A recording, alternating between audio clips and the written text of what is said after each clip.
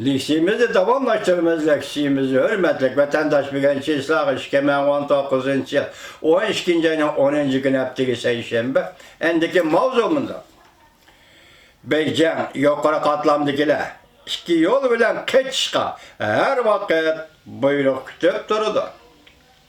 Kompartiya pasportunu yığıp almakçı. Şangan ameldarlar keçişinin 3 mühim noktası. Mavzuda haber Cungo'ga nazar tor betidi ilan kılın. Haberinin aslı aptore liyipi. Ortak gülünüş süpsünün bayanatçısı liyipi. Munda kaşkarılın. Cungo yukarı katlamdakilerine kaçıdığın iki yolu var. Her vakit buyruk kütüp durdu. Cungo Kompartiyası pasportunu yığıp aladı. Şangan ameldarları burunlarak kaçıdı. O yani 3 yıl agahlandırış oturup koydu. Liyipen 12. ayının 8. güne tez haberler blogu mındak görsetti. Xi Jinping taht çıkıştan buran nurgulluğun kızıl 2. evlat ve kızıl 3. evlatlarını çet ellerine uğurlaştırdı. Demekçi menki deydi Liyipen bazı kişilerin kaçıştan zarariyeti yok.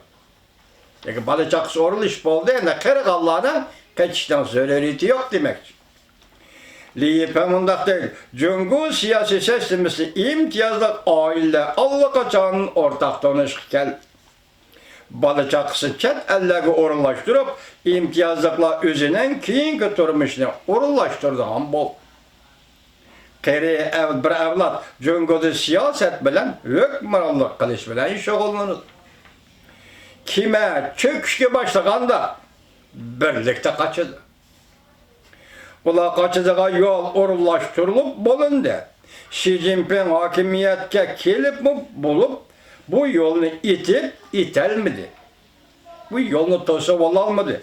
Ulana kap kılıp bu işini ve rencit bu işini saklan. Cungo rehberlerine kaçıdığa iki yolu var. Birinci, Cungenheid'in Şişen hava armiya bazısı geçer. Mehbi bir yol var. İkinci, Cungenheid'in Halk Sarayı geçer. Onun dinken Beycan Halkara aerodromu geçer. Kaçıdığın mehbi yol var. Bu kaçıdığa yolların bir kısmı 1989 yılında birketten işletilgen.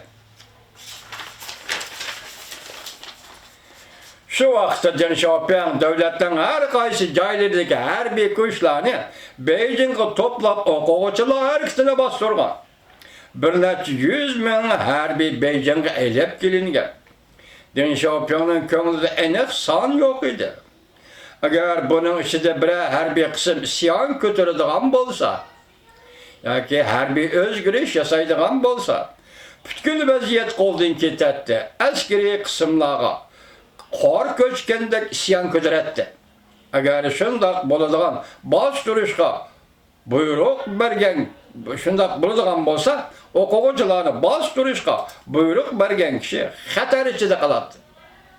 Şunlaşka Deng Xiaoping Beijing Xalqaro aerodromida aviatsiya aeroplanlarini tayyorlab, bu aeroplanlarga oltin qaçalab. Vaziyat qo'ldan ketgan aman buning bilan chet elga qochmoqchi bo'lgan edi. Endi hozir Cungo yuqori qatlam rahbarlarining Cungo yuqori qatlam rahbarlarining baxudik qachish yo'llari tayyor. Har vaqt tayyor. Kaçışka tayyorlanib qo'ydi. Uning biri Xi'andagi harbiy aerodrom, yana biri aviatsiya aerodrom. Nimishqa mundaq bo'ladi? Liyipen mundaq oshkor. Agar Xi Jinping, agar Xishan harbiy aerodromi siyosiy o'zgarish qilg'ichi askarlar tarafidan yoki harbiy o'zgarish qilg'ichi askarlar tarafidan to'silib qoladigan bo'lsa, ishlatgili bo'lmaydi. Amerika ve başka devletler Cungo rehberleriga zarb bergandimi yoki siyosiy harbiy o'zgarish yo'lga qo'ygandimi, hammasi degidek aviatsiya aeroplanlariga chaqilmaydi. Chunki chaqilish axloqiy jihati puttirab turolmaydi. Cungo rehberleri kaç yollarını hesaplab bo'ldi. hem de Cungo kurallarına göre geliş yollarını mı oylayıp koydu.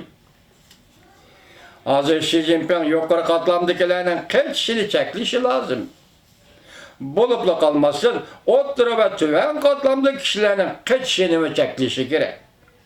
Gerçi otur tüven katlam rehberlerinden kolu da yukarı derecelik mehbiyetli, hüccetle bolması mı? Lekin Cungo siyasi hakimiyeti davalgıp durgan hazırlık günde adetke bir emellerinin kaçıp ketişi mi?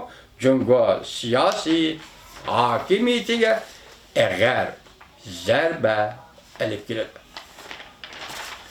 Ben de hürmetlik vatandaş Yakup Bey'in tercüme hali mavzuluk kitapta İngilizlik aptor